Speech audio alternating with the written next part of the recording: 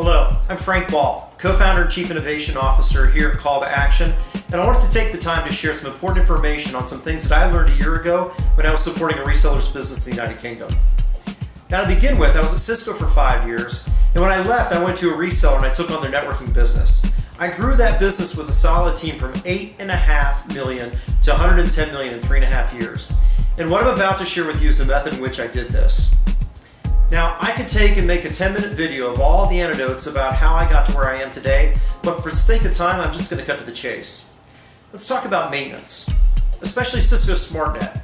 It's incredibly complex for resellers and for customers alike, and I recognized this early on. It's one of the easiest attack strategies for any sales force on the planet.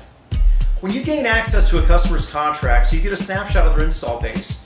And you can tell a lot about a customer's strategy for things like unified communications, virtualization, even VDI when you take a look at what they have. Now, a couple of key points of data that you may or may not know. Number one, vendor maintenance increases between 5 and 15% year over year. Number two, most customers are required to carry maintenance, and on certain products they have to have if they want access to upgrades and enhancements. Three, there's key strategies you can use to reduce a customer's maintenance cost by up to 30% while taking away your competition's leverage inside of an account. Now, something I learned on my trip to the UK was that Cisco Capital multi-year finance for SmartNet was relatively new when I got there. I don't know if these conversations are still going on or if you're even familiar with this. But in the States, one of the things that we leveraged, and in Canada, with a multi-year discount being financed into a deal, you can sell 3 years of maintenance to your customer and they can pay annually. And they can avoid the 5 to 15% increase that we see in the industry. And they can do this with a 0% finance charge. This means that you can flatline their maintenance costs. They're paying the same thing year over year for 3 years and sometimes up to 5 years. But that 3-year period is guaranteed to be 0% financing. Now, I'm not English, but I think you find people in England call this cheeky. Don't throw stones at me, that's a guess. As we say in North America, but wait, there's more. The last part of the conversation saved you about 5 to 7% for your customers over a 3-year term. While this is great, I don't really call that cheeky. What I do think is cheeky is when you look at a customer's use of gear that carries a limited lifetime warranty. And by the way, Cisco carries this on a big part of their environment. We can talk more about this in person. You can leverage LLW, as I like to call it, in a spares program where it makes sense, and you can save your customers tens of thousands and even hundreds of thousands of dollars. In a very, very large environment, it can actually be millions of dollars. One customer that I worked with here in the US had an annual renewal of $465,000 a year. By the way, that included their gear in the US, Canada, and the United Kingdom. With 0% financing on a 3-year deal, we saved them $71,000. When we added limited lifetime warranty, we found another $335,000 in savings over the 3-year term.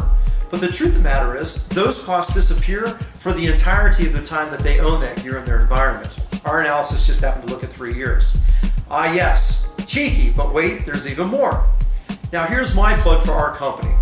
At Call to Action, we developed a tool set that makes this entire process easy and simple for you and your customers. And one additional thing that we do is we give you the capability to see end of life, end of sale, end of support equipment that a customer has inside of their environment, especially around Cisco. The recurring maintenance cost on this tends to go up 35 to 45% for stuff that's gone end of life, end of sale in the last years for the products that replace them. That's the comparison. Becoming a trusted advisor for your customer by telling them that gear is at end of its life cycle a year or more in advance so they can build a replacement budget is a great strategy that you can use and a way for you to get in there to really put together a strategy for the right kit that should be in the replacement and legacy kit. And by the way, visibility and awareness, you want to tell them 24 months before this is going to happen, not 6 to 8 months. By the way, when you do this, you have the capability to use Cisco's technology migration program coupled with an opportunity incentive program, or OIP plus TMP, to gain you a competitive advantage on that hardware. Yes, you want to use the strategy to go after and take over hardware.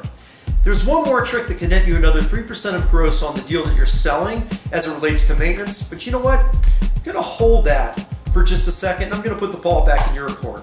If you want to know more, here's your call to action. Reply to the original email that I sent that contained this video and say, I want to know more. and we'll schedule a call on a WebEx, and I'll tell you more about the 3% and how I used this strategy to become the Canadian Growth Partner of the Year, the first year that we acquired Cisco Gold status. Again, I'm Frank Ball. Hopefully I'm not killing you with my emails and tidbits, but I do look forward to the conversation on the way that we can help you grow your business.